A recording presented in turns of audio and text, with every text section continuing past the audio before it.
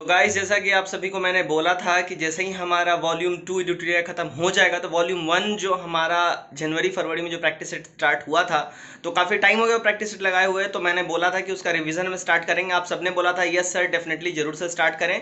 तो अब जो है वॉल्यूम 2 एडिटोरियल खत्म हो चुका है, वॉल्यूम 3 द प्लेटफॉर्म खत्म हो चुका है। तो अब हमारे चैनल पे आज से वॉल्यूम 1 से स्टार्ट होने जा रहा है। एडिटोरियल वॉल्यूम 1 का हम रिवीजन स्टार्ट करेंगे। तो आई होप आप सभी को पसंद आया। कमेंट करके जरूर बताएं और अपने कट ऑफ मार्क्स को भी जरूर जरूर हमारे साथ शेयर करें। चलिए वीडियो स्टार्ट करते हैं। आज का जो ये हमारा सेट होगा वो होगा प्रैक्टिस सेट नंबर 2। उम्मीद करता हूं आप सब इस सेट को पूरा लगाएंगे और इस सेट का जो कट ऑफ मार्क रखा गया है वो है 67 नंबर। तो उम्मीद करता हूं आप सब इस कट ऑफ मार्क को जरूर से जरूर पार करके जाएंगे। ठीक है, चलिए तो बिना देरी किए फटाफट से ये जो सेट है हम स्टार्ट करते हैं। फर्स्ट क्वेश्चन में लेता हूं। फर्स्ट क्वेश्चन क्या बोल रहा है, देखिए, अंतरराज्यीय परिषद का पदेनाध्यक्ष कौन होता है? इसका जो करेक्ट आंसर हो जाएगा, देखिए इसका सही हो जाएगा प्रधानमंत्री। ठीक है, ऑप्शन नंबर बी। तो संविधान के आर्टिकल 263 में, कहाँ, आर्टिकल 263 के अंदर केंद्र और राज्यों के बीच समन्वय स्थापित करने के लिए राष्ट्रपति एक अंतरराज्यीय परिषद का गठन करता है। ठीक है, इसके अंदर ये कहा गया आर्टिकल 263 के अंदर कि राष्ट्रपति इसका गठन करेगा अंतरराज्यीय परिषद का। ठीक है, सरकारिया आयोग के सिफारिश पर पहली बार जून 1990 में अंतरराष्ट्रीय परिषद की स्थापना की गई थी। अंतरराष्ट्रीय परिषद की बैठक की अध्यक्षता प्रधानमंत्री या उनकी अनुपस्थिति में, जब वो एब्सेंट हो तो प्रधानमंत्री द्वारा नियुक्त किया गया कोई भी कैबिनेट स्तर का मंत्री कर सकता है, करेगा, लेकिन वो प्रधानमंत्री द्वारा नियुक्त किया जाना चाहिए। ये क्राइटेरिया है। 2 देखते हैं क्या बोला जा रहा है। देखिए, निम्नलिखित में से कौन सा संविधान के मूल अधिकारों का अंश नहीं है? जो सही इसका हो जाएगा, देखिए, उद्योगों के प्रबंधन में श्रमिकों की सहभागिता। ऑप्शन नंबर सी हमारा यहाँ सही हो जाएगा। ठीक है, तो इसमें जो मूल अधिकारों का अंश इसमें कौन नहीं है, तो उद्योगों के प्रबंधन में श्रमिकों की सहभागिता। बाकी सारे हैं, मानव दुर्व्यवहार और बालात श्रम का प्रतिषेध, ये है उसमें मूल अधिकारों में है ये।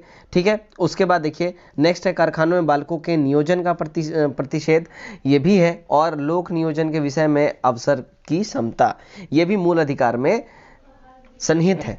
ठीक है, सिर्फ ऑप्शन नंबर सी हमारा यहाँ पे नहीं है। चलिए नेक्स्ट देखते हैं क्वेश्चन नंबर 3 क्या बोल रहा है। क्वेश्चन नंबर 3 देखिए, भारत में संघीय मंत्रिपरिषद की सदस्यों की कुल संख्या किससे अधिक नहीं हो सकती है? देखिए, तो ये जो नहीं अधिक हो सकती है ना, ये लोकसभा के सदस्यों की कुल संख्या का 15% से अधिक नहीं हो सकती है। ठीक है, 91वां संविधान संशोधन जब हुआ था 2003 में, उसके तहत केंद्र तथा राज्यों के मंत्रिपरिषद के सदस्यों की संख्या क्रमशः लोकसभा में देखिए तथा विधानसभा दोनों के सदस्यों की संख्या 50% ही होंगी उनके टोटल का, याद रखें। चलिए नेक्स्ट की ओर हम बढ़ेंगे। 4, निम्नलिखित में से कौन सा विभाग गृह मंत्रालय के अधीन नहीं है? तो इसके अधीन विधि कार्य जो है, ऑप्शन नंबर डी, ये नहीं आता। देखिए, गृह मंत्रालय के अंतर्गत आने वाले महत्वपूर्ण विभाग कौन कौन से होते हैं? देखिए, आंतरिक सुरक्षा विभाग होता है, राजभाषा विभाग होता है, राज्य विभाग होता है, सीमा प्रबंधन विभाग होता है और जम्मू एवं कश्मीर कार्य से रिलेटेड विभाग होता है। ठीक है, 5 देखते हैं क्या बोल रहा है। भारत के संविधान के किस अनुच्छेद में यह वर्णित है कि भारत के राष्ट्रपति अपने पद की शक्तियों के प्रयोग के लिए भारत के किसी भी न्यायालय के प्रति जवाबदेह नहीं होंगे? तो ये जो है, देखिए, ये कहा गया आर्टिकल 361 में।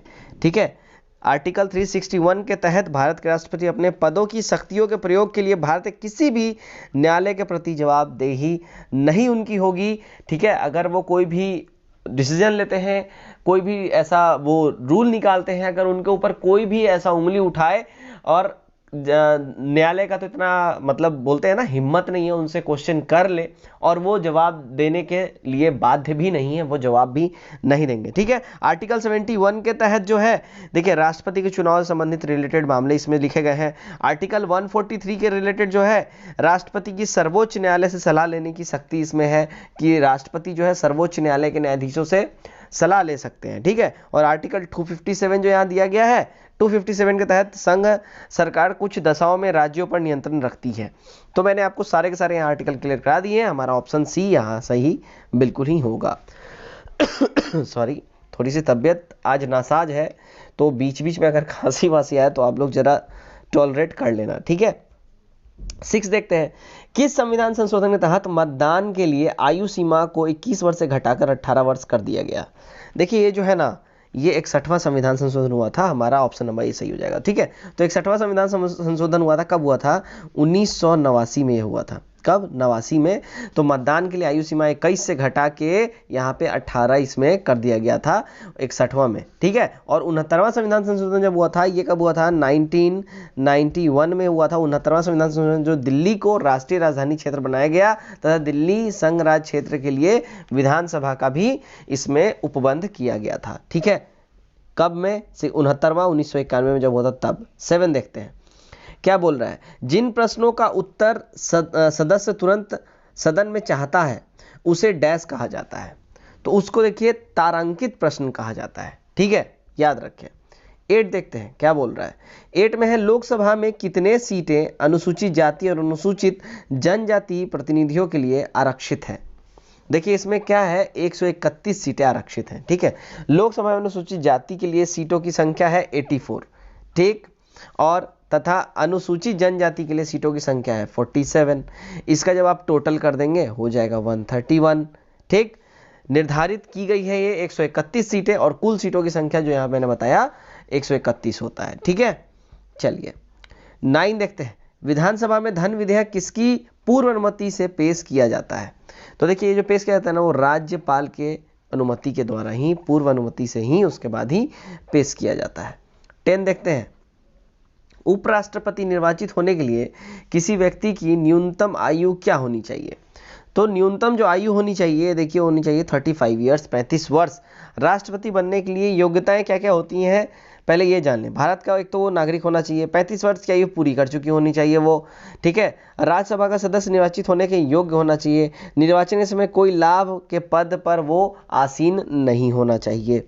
ये सारे क्राइटेरिया हैं। 11 देखते हैं, मदन मोहन पुंछी आयोग किसके अध्यक्ष के लिए अध्ययन के लिए गठन किया गया था? तो ये जो गठन किया गया था, ये केंद्र राज्य के रिलेशन के बारे में अध्ययन के लिए इसका गठन हुआ था। अप्रैल 2007 में केंद्र सरकार ने इसका गठन किया था। 12 देखते हैं, निम्नलिखित महासागरीय धाराओं में से कौन सी एक शीत महासागरीय धारा नहीं है?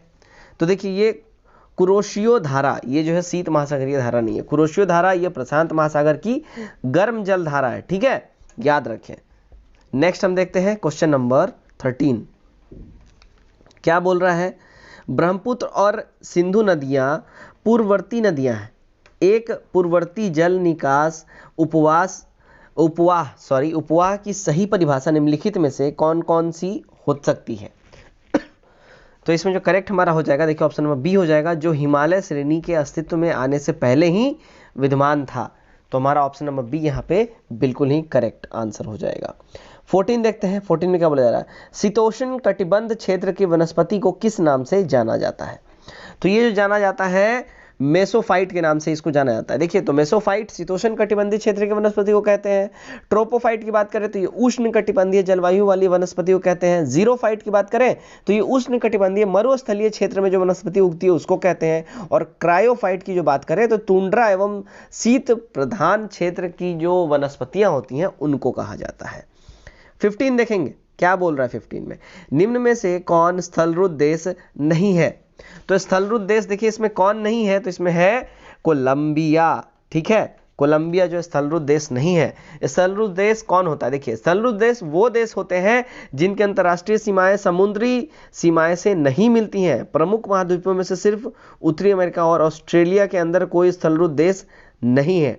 ठीक है, दिए गए यहाँ पे जितने भी ऑप्शंस हैं इन सब में हमारा जो करेक्ट आंसर हो जाएगा वो कोलंबिया ही हो जाएगा। ठीक है, तो कोलंबिया जो है स्थलरुद्ध देश नहीं है, बाकी सारे हैं। ठीक है, चलिए 16 हम देखेंगे, क्या बोल रहा है? संपूर्ण भारत का अक्षांशीय विस्तार कितना है? तो इसे करेक्ट हो जाएगा, देखिए ऑप्शन नंबर बी हमारा सही हो जाएगा। 6 डिग्री 4 मिनट और 37 डिग्री 6 मिनट उत्तरी अक्षांश, यहाँ पे हमारा ऑप्शन नंबर बी बिल्कुल ही सही हो जाएगा। ठीक है, चलिए नेक्स्ट क्वेश्चन बढ़ेंगे 7, क्या बोल रहा है 7 में? देखिए जब नदी मैदान में प्रवेश करती है तो यह अवरोध के कारण मुड़कर टेढ़ी मेढ़ी बनने लगती है, जो कहलाती है क्या? तो ये जब ऐसा होता है तो ये कहलाएगी विसर्प। ठीक है, जब नदियां मैदानी भागों में उतरती हैं, प्रवेश करती हैं, तो क्षैतिज अपर्दन के वजह से अधिक प्रभाव होने के कारण ये घाटी को गहरी करने के लिए बजाय चौड़ी करने लगती हैं। ठीक है, और नदियां जो है सीधे मार्ग के बजाय टेढ़े मेढ़े मार्ग से चलने लगती हैं, जिससे नदियों के मार्ग में अनेक मोड़ बन जाते हैं और इन मोड़ों को ही विसर्प कहा जाता है। ठीक है, 18 देखते हैं, कंचनजंगा राष्ट्रीय पार्क ये कहाँ पे है? तो ये जो है सिक्किम में है, याद रखें। 19 हम देखेंगे, 19 में क्या बोला जा रहा है, देखिए, निम्नलिखित में से कौन सा जायद फसल का उदाहरण नहीं है? तो जायद फसल का जो उदाहरण नहीं है वो है पटसन। ठीक है, पटसन जो है जायद फसल को मार्च में बोया जाता है, पहले जान ले, और जून में काट लिया जाता है। ठीक है, खीरा, ककड़ी एवं तरबूज इसकी प्रमुख फसलें होती हैं। जायद की खीरा, ककड़ी, तरबूज प्रमुख फसलें होती हैं। ठीक, 20 देखते हैं क्या बोल रहा है, ताप विद्युत परियोजना के संदर्भ में निम्नलिखित में से कौन सा जोड़ा सही है? तो इसमें जो सही जोड़ा है, देखिए, कवास गुजरात, ये सही जोड़ा है। ठीक है, देखिए, कोरबा का अगर हम बात करें तो कोरबा छत्तीसगढ़ से रिलेटेड है, उत्तर प्रदेश से नहीं। ठीक है, रामगुंडम की बात करें तो ये आंध्र प्रदेश से रिलेटेड है, तमिलनाडु से नहीं।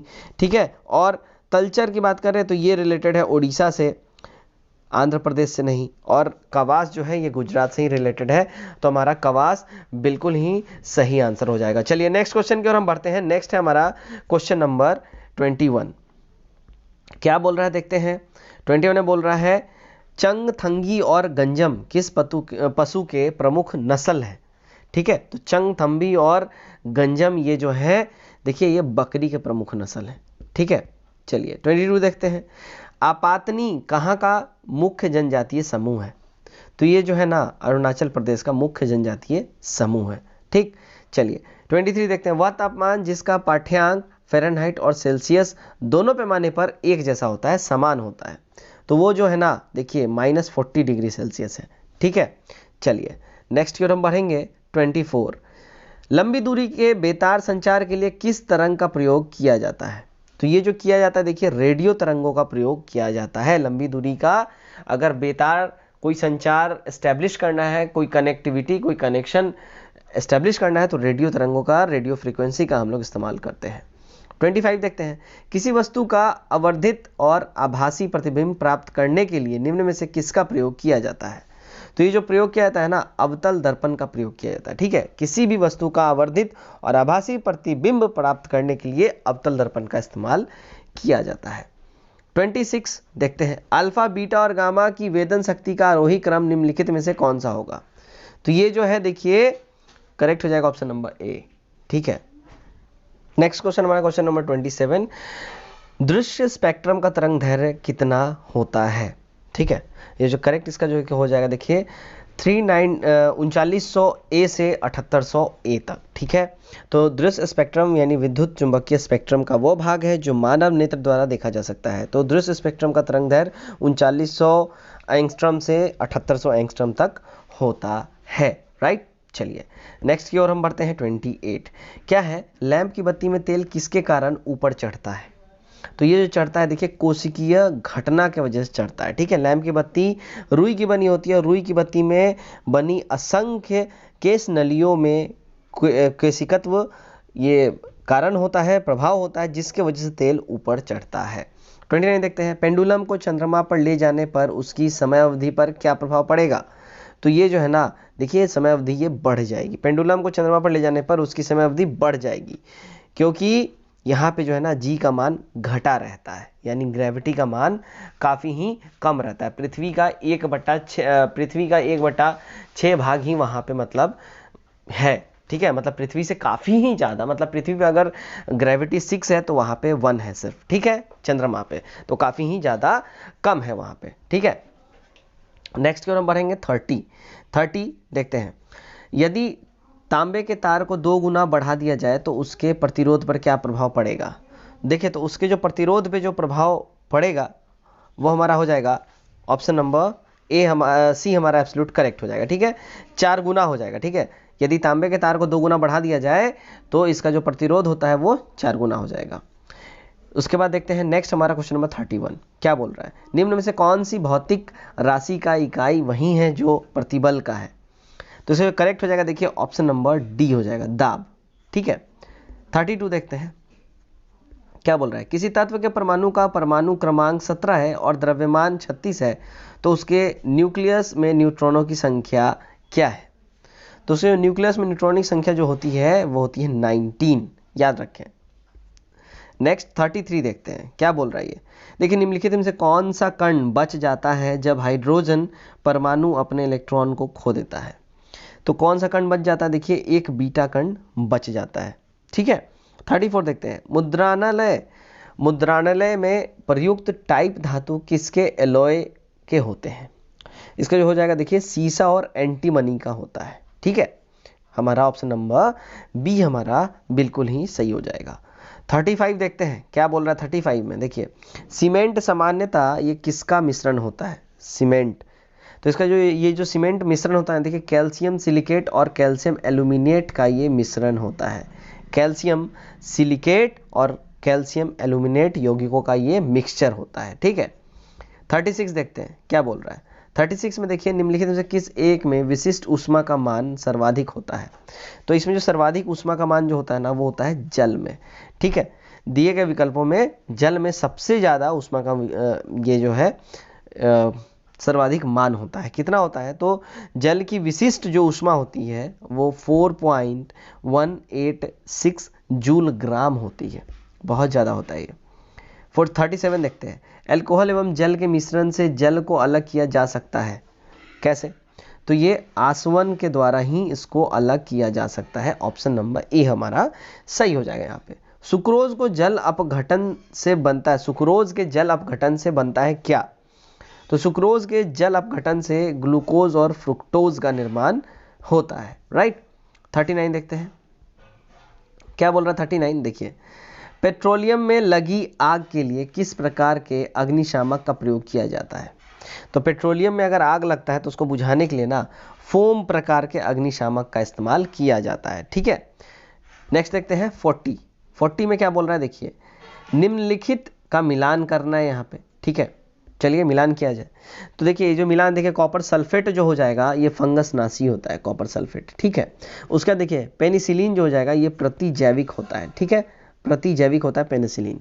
यूरिया जो है ये एक उर्वरक है, ठीक है। और मेलेथाइन जो है ये एक कीटनाशक है। तो हमारा जो सही जो हो जाएगा मिलान वो ऑप्शन नंबर ए हो जाएगा। नेक्स्ट की ओर हम भरेंगे 41, ठीक है। क्या बोल रहा है, मनुष्य के जीव के किस क्षेत्र तक कड़वाहट की संवेदना सीमित रहती है। तो वो जो सीमित रहता है ना, बस अगला भाग तक ही रहता है, ठीक है। चलिए 42 देखते हैं, यूरिया किसमें संश्लेषित होता है। तो यूरिया जो है ना, यूरिया जो है ये यकृत में संश्लेषित होता है, याद रखें, यूरिया यकृत में संश्लेषित होता है। 43 देखते हैं, क्या बोल रहा है, उस विटामिन का नाम बताइए जो किसी मांसाहारी भोजन में नहीं मिलता है। तो जो मांसाहारी भोजन में नहीं मिलता है वो नहीं मिलता है कौन सा, vitamin C. Option number B हमारा सही हो जाएगा। दूध में दही स्कंदन करने वाला एंजाइम कौन सा होता है। तो उसमें जो एंजाइम जो दही स्कंदन करता है वो होता है रेनिन। ऑप्शन नंबर बी हमारा यहाँ करेक्ट हो जाएगा, ठीक है। 45 देखते हैं, क्या बोल रहा है, निम्नलिखित में से किसका हृदय सिरायुक्त होता है। तो इसमें जो होता है ना, देखिए मत्स्य यानी मछली का हृदय जो होता है वो सिरायुक्त होता है, याद रखें। मछलियों में 2 कक्षों का हृदय होता है, 2 चैम्बर्स होते हैं जो रक्त को गिल्स तक यानी फेफड़ों में पंप करता है, फेफड़ों तक, और वहाँ से रक्त फिर जो है पूरे होल बॉडी में जाता है। मछली का हृदय सिरायुक्त होता है, याद रखें, ठीक है। 46 हम देखेंगे, क्या बोल रहा है 46 में। देखिए, किस प्रक्रिया द्वारा श्वसन के दौरान गैस रुधिर में प्रवेश करती है और फिर उसे छोड़ती है। देखिए, ये जो है हमारा विसरण हो जाएगा, ऑप्शन नंबर सी हमारा करेक्ट हो जाएगा, ठीक है। विसरण के द्वारा ही ये प्रक्रिया होती है। 47 देखते हैं, गुणसूत्र किससे बनते हैं। तो गुणसूत्र जो बनते हैं ना A+B से बनते हैं, ठीक है। गुणसूत्रों की रचना जो होती है 2 विशेष पदार्थों से होती है, पहला DNA और दूसरा हिस्टोन नामक प्रोटीन से, ठीक है। चलिए, हमारा जो यहाँ जो करेक्ट हो जाएगा वो हो जाएगा ऑप्शन नंबर सी। चलिए नेक्स्ट की ओर हम बढ़ते हैं 48। क्या बोल रहा है 48 में, कंजली झील किस राज्य में स्थित है। तो कंजली झील जो स्थित है वो है आपका ऑप्शन नंबर बी पंजाब में स्थित है। याद रखें, कंजली झील कहाँ पे है? पंजाब में स्थित है। और यह झील जो है रामसर आर्द्रभूमि क्षेत्र के अंतर्गत भी ये आती है। आप लोगों ने अगर हमारे रामसर साइट्स की वीडियो नहीं देखी है, आपको नीचे लिंक जो है डिस्क्रिप्शन में मिल जाएगा। इंडिया में कितने रामसर साइट्स हैं, यानी आर्द्रभूमि कितनी क्षेत्र है, उनकी रामसर साइट्स के ऊपर जो वीडियो बना हुआ है, टोटल कितने झील इंडिया में है, इंडिया कब से रामसर परियोजना में शामिल हुआ, कितने साइट्स हैं अब तक 2019-20 तक, कितने साइट्स रामसर साइट्स के अंतर्गत इंडिया के शामिल किए गए हैं, सब कुछ डिटेल उसमें दिया गया है। आप जाके जरूर देखें, आपके सारे आगामी एग्जाम्स में वो काम आएंगे। 49 देखते हैं क्या है। जल संरक्षण एवं प्रदूषण नियंत्रण अधिनियम कब बना? तो ये जो बना था ना, देखिए 1974 में बना था। ठीक है, याद रखें इसको। 50 देखते हैं क्या है। द्वितीय उपभोक्ता कौन होता है? तो देखिए, द्वितीय उपभोक्ता जो होता है ना, वो होता है मांसाहारी। ठीक है, शाकाहारी इसको प्राथमिक उपभोक्ता कहते हैं, मांसाहारी को द्वितीय उपभोक्ता बोलते हैं, और सर्वाहारी को तृतीय उपभोक्ता बोलते हैं, मतलब वो कुछ खा लेगा। ठीक है, चलिए देखते हैं आप 51 क्या बोल रहा है। निम्नलिखित में कौन आर्द्रभूमि क्षेत्र है? तो निम्नलिखित में जो आर्द्रभूमि जो क्षेत्र है, देखिए चिल्का झील भी है, केवलादेव उद्यान भी है, और यहाँ देखिए भीतकर्णिका उद्यान भी है, और ऊपरी गंगा भी है। ठीक है, चारों के चारों हैं। ऑप्शन नंबर डी हमारा सही हो जाएगा। मैं इसीलिए बार बार बोल रहा हूँ, आप देख लें यहाँ इस सेट में ही आपको रामसर साइट यानी आर्द्रभूमि क्षेत्र से रिलेटेड 2 क्वेश्चंस आ गए। आपके सारे अपकमिंग एग्जाम्स में बिल्कुल ही वो सारे क्वेश्चंस आने हैं। नीचे लिंक डिस्क्रिप्शन में दिया गया है। रामसर साइट्स यानी आर्द्रभूमि क्षेत्र इंडिया में कौन कौन है, क्या क्या है, सारे डिटेल्स उसमें मैंने कवर किए हैं। वो डिटेल लेक्चर है, आप जाके जरूर देखें, आपके बेनिफिट के लिए मैं बोल रहा हूँ। नेक्स्ट देखते हैं 52 क्या बोला जा रहा है। वन संरक्षण अधिनियम को किस वर्ष पारित किया गया? तो वन संरक्षण अधिनियम को जो है 1980 में इसको पारित किया गया था। ठीक है, 53 देखते हैं क्या बोल रहा है। निकृष्ट मुद्रा अच्छी मुद्रा को संचालन से बाहर कर देती है, इसका संबंध किससे है? तो इसका जो संबंध है, देखिए ग्रेशम का नियम से है। ठीक है, याद रखें। 54 देखते हैं। हृदय योजना के अंतर्गत बिहार के किस एकमात्र शहर का चयन किया गया? तो बिहार का एकमात्र चयन हृदय योजना के अंतर्गत जो किया गया वो शहर है गया। ऑप्शन नंबर सी हमारा सही हो जाएगा। ठीक है, तो देखिए हृदय योजना की शुरुआत 2015 में केंद्रीय शहरी विकास मंत्रालय द्वारा ये स्टार्ट किया गया। इसका उद्देश्य प्रमुख विरासत शहरों के समग्र विकास पर केंद्रित करना था अपना ध्यान, केंद्र सरकार का। इस योजना के अंतर्गत देश भर में 12 शहरों का चयन किया गया, जिसमें बिहार से सिर्फ एकमात्र शहर का चयन हुआ, वो था गया। ठीक है, चलिए नेक्स्ट हम बढ़ते हैं 55 क्या बोल रहा है। नाबार्ड की स्थापना किस पंचवर्षीय योजना के अंतर्गत की गई? ये जो है ना, देखिए छठी पंचवर्षीय योजना के दौरान इसको किया गया। नाबार्ड का जो स्थापना है वो देखिए 12 जुलाई, ठीक है, याद रखें डेट, 12 जुलाई 1982 को इसका स्थापना हुआ था नाबार्ड का। ठीक है, शिव रमन समिति की सिफारिश पर इसका छठी पंचवर्षीय योजना, जिसका टर्म था 1980 से 85 तक, इसके अंतर्गत इसकी स्थापना की गई। और यह कृषि एवं ग्रामीण विकास हेतु ऋण उपलब्ध कराने वाली सबसे टॉप की संस्था है इंडिया की, याद रखें। 56 देखेंगे हम क्या बोल रहा है। आईपीसी किस स्टॉक एक्सचेंज का शेयर मूल्य सूचकांक है? तो ये जो है ना, देखिए मैक्सिको का है। ठीक है, नेक्स्ट देखेंगे 57 क्या बोल रहा है ये, देखिए 57 बोल रहा निम्न में से कौन सा कर अप्रत्यक्ष कर का उदाहरण है? तो ये जो है ना, देखिए कौन सा है, बिक्री कर और सेवा कर, ये जो है अप्रत्यक्ष कर का उदाहरण है। हमारा यह करेक्ट जो हो जाएगा option number C absolute correct हो जाएगा। देखिए 58 निम्न में से कौन स्वराज दल के नेता नहीं थे? तो स्वराज दल के नेता कौन नहीं थे? वो थे सी राजगोपालाचारी। ठीक है, सी राजगोपालाचारी जो है स्वराज दल के नेता ये नहीं थे। मोतीलाल नेहरू तथा चित्तरंजन दास ने मिलकर 1923 ईस्वी में स्वराज पार्टी की स्थापना की थी, जिसमें विट्ठल भाई पटेल और श्रीनिवास अयंगर भी शामिल थे। तो कहीं से दूर दूर तक सी राजगोपालाचारी इसमें नहीं थे। अब देखते हैं 59 किसके प्रयास से बंबई में प्रथम महिला विश्वविद्यालय की स्थापना की गई? तो ये जो स्थापना की गई थी, ये देखिए डी के कर्वे के मतलब इनके प्रयासों से इसकी स्थापना किया गया। ठीक है, समाज सुधारक डी के कर्वे के प्रयासों से बंबई में प्रथम महिला विश्वविद्यालय की स्थापना की गई थी। महाराष्ट्र के समाज सुधारक एवं सामाजिक कार्यकर्ता थे डी के कर्वे, याद रखें। 60 देखते हैं क्या बोला जा रहा है। निम्न में से निम्नलिखित घटनाओं पर विचार करें। ठीक है, कौन पहले क्या हुआ ये बताना है। देखिए सबसे पहले हुआ था इन सब में संथाल विद्रोह। ठीक है, कब हुआ था? संथाल विद्रोह हुआ था 1856 में, याद रखें। ठीक है, उसके बाद हुआ था सिपाही विद्रोह। सिपाही विद्रोह कब हुआ? तो 1857 में हुआ था। ठीक है, उसके बाद हुआ था नील विद्रोह। नील विद्रोह कब हुआ? तो नील विद्रोह हुआ था 1860 में। ठीक है, उसके बाद हुआ था दक्कन विद्रोह। ये कब हुआ था? तो ये हुआ था 1875 में। ठीक, तो ये था हमारा सही कूट। ये जो हमारा ऑप्शन हो जाएगा, ऑप्शन नंबर डी हमारा सही हो जाएगा। 61 देखते हैं क्या बोल रहा है। 61 में बोला जा रहा है औरंगजेब की 1707 में मृत्यु के बाद मुगल सत्ता किसने संभाली थी? तो औरंगजेब की मृत्यु के बाद बहादुर शाह फर्स्ट ने ये जो है इसकी सत्ता औरंगजेब की संभाली थी। 1707 में मुगल शासक औरंगजेब की मृत्यु के बाद उसके पुत्र मुअज्जम ने बहादुर शाह फर्स्ट के नाम से मुगल सत्ता पर बैठा और उसने ही ये शासन संभाला था।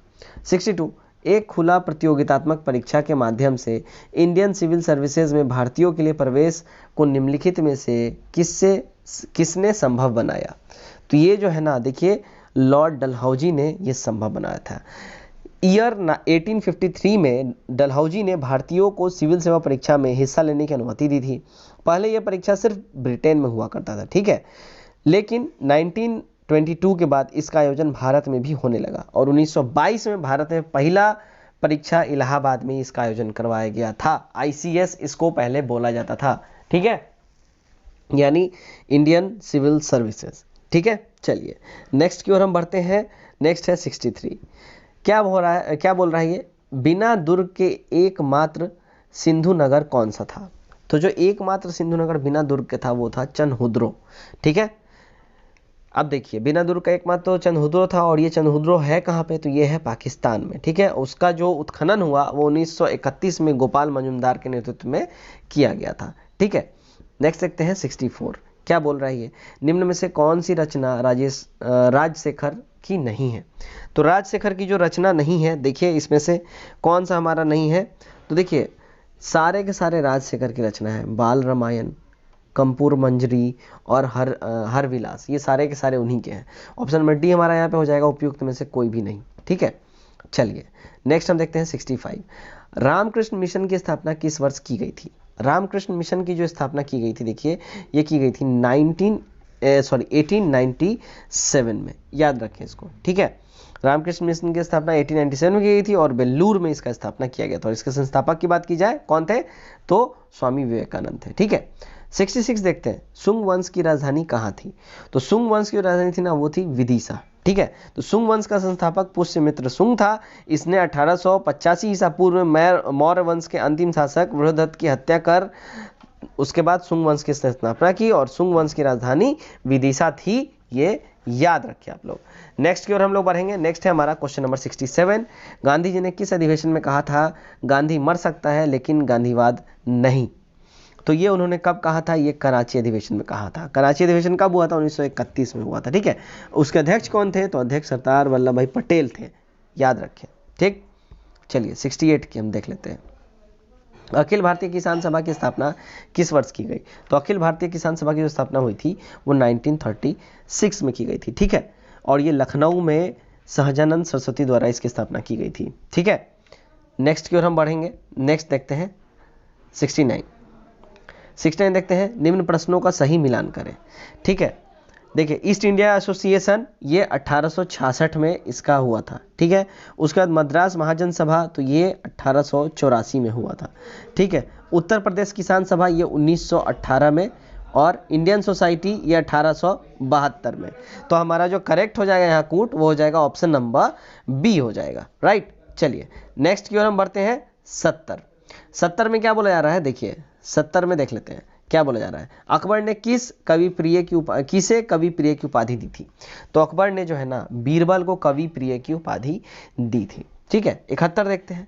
2020 में जारी हरित पथ मोबाइल ऐप का उद्देश्य क्या था? तो 2020 में जो हरित पथ मोबाइल ऐप जो लॉन्च किया गया, इसके द्वारा जो उद्देश्य था राष्ट्रीय राजमार्गों के किनारे वृक्षारोपण करके राष्ट्रीय राजमार्गों को हरा भरा बनाना था। ठीक है, ऑप्शन नंबर बी हमारा करेक्ट हो जाएगा। 72 देखते हैं, भारत के किस राज्य ने हाल ही में मुख्यमंत्री और स्वरोजगार योजना की शुरुआत की? तो ये जो है ना उत्तराखंड द्वारा इसका शुरुआत किया गया है। उत्तराखंड के मुख्यमंत्री कौन है? तो त्रिवेंद्र सिंह रावत है। और मुख्यमंत्री सौर स्वरोजगार योजना की शुरुआत त्रिवेंद्र सिंह रावत ने ही की थी। इस योजना का उद्देश्य युवाओं के स्वरोजगार को बढ़ावा देना है और हरित ऊर्जा के उत्पादन को बढ़ावा देना है। ठीक है, नेक्स्ट की ओर हम बढ़ेंगे 73। देख लेते हैं क्या बोल रहा है ये।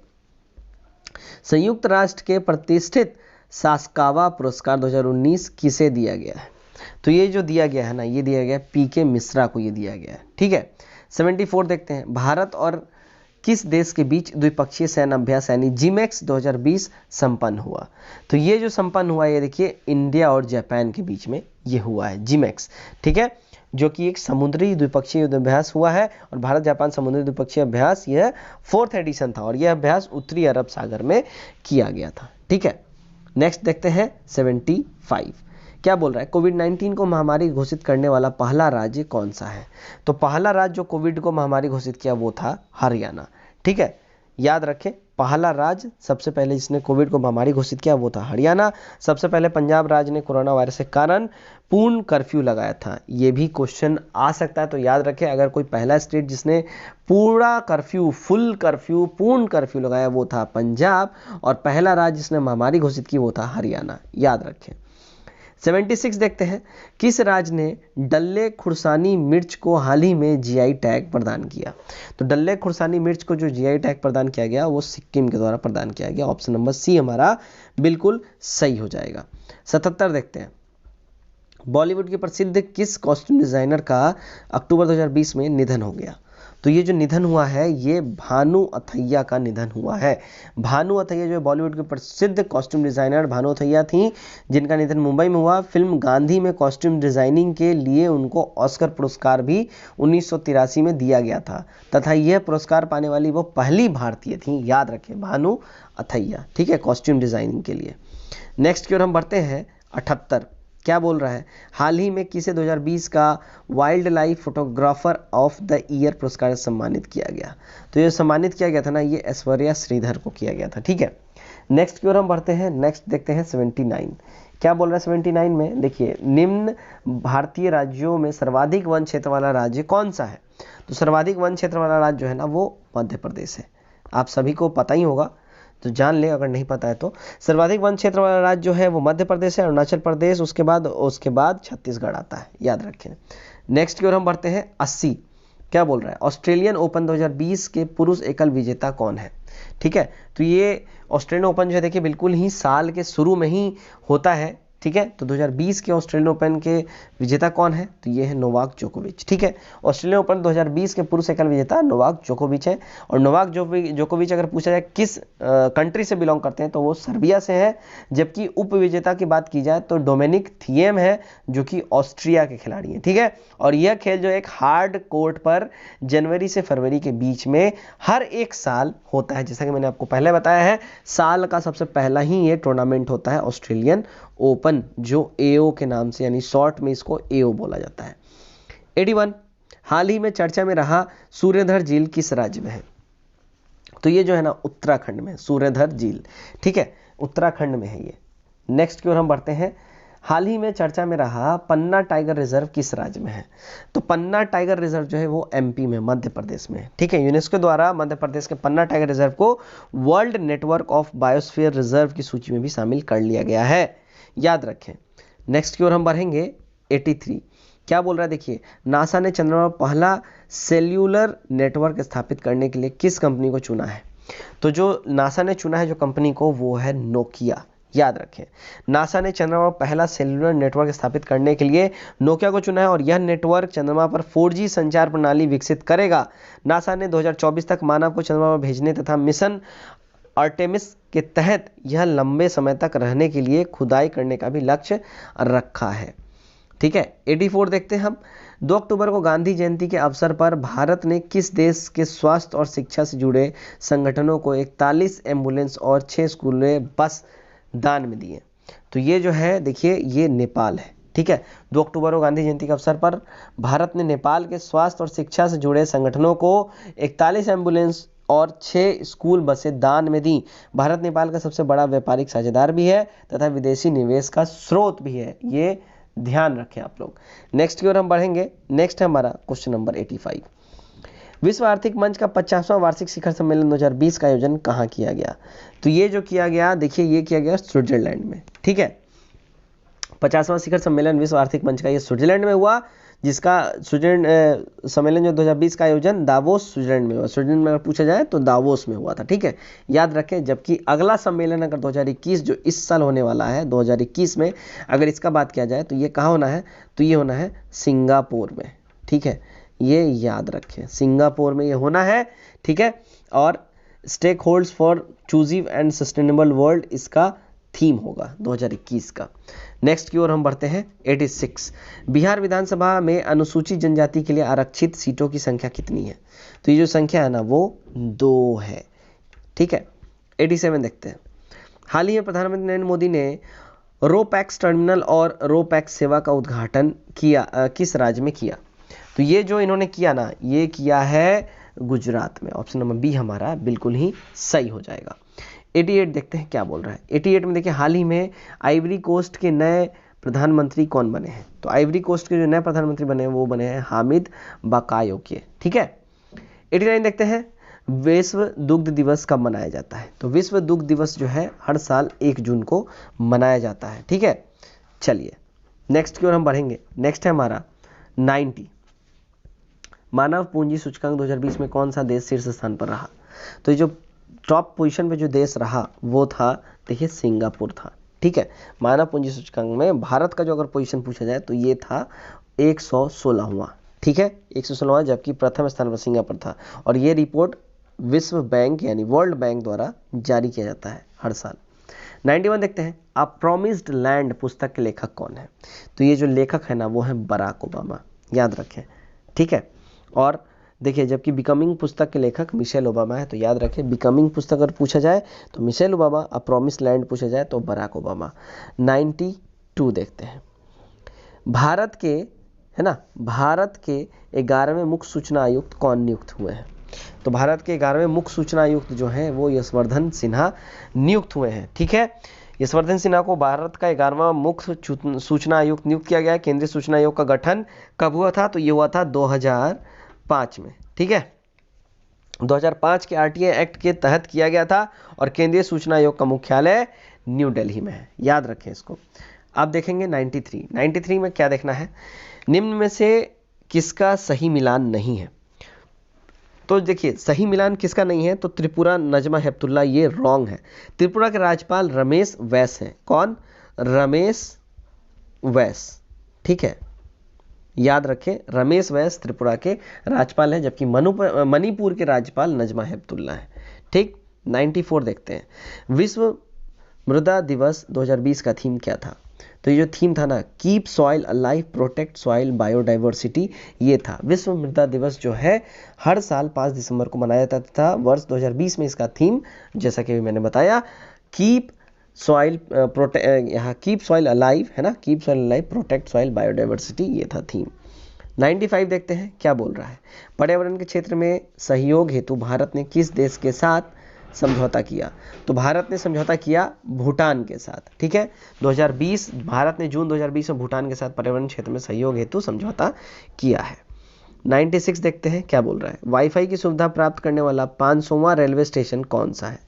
तो वाईफाई की सुविधा जहां अब कनेक्ट हुई है और वो 500वां स्टेशन जो बना है वो स्टेशन है मिदनापुर, ठीक है। तो वाईफाई की सुविधा प्राप्त करने वाला भारत का 500वां railway station Midnapore, west Bengal का मिदनापुर, ये बन गया है।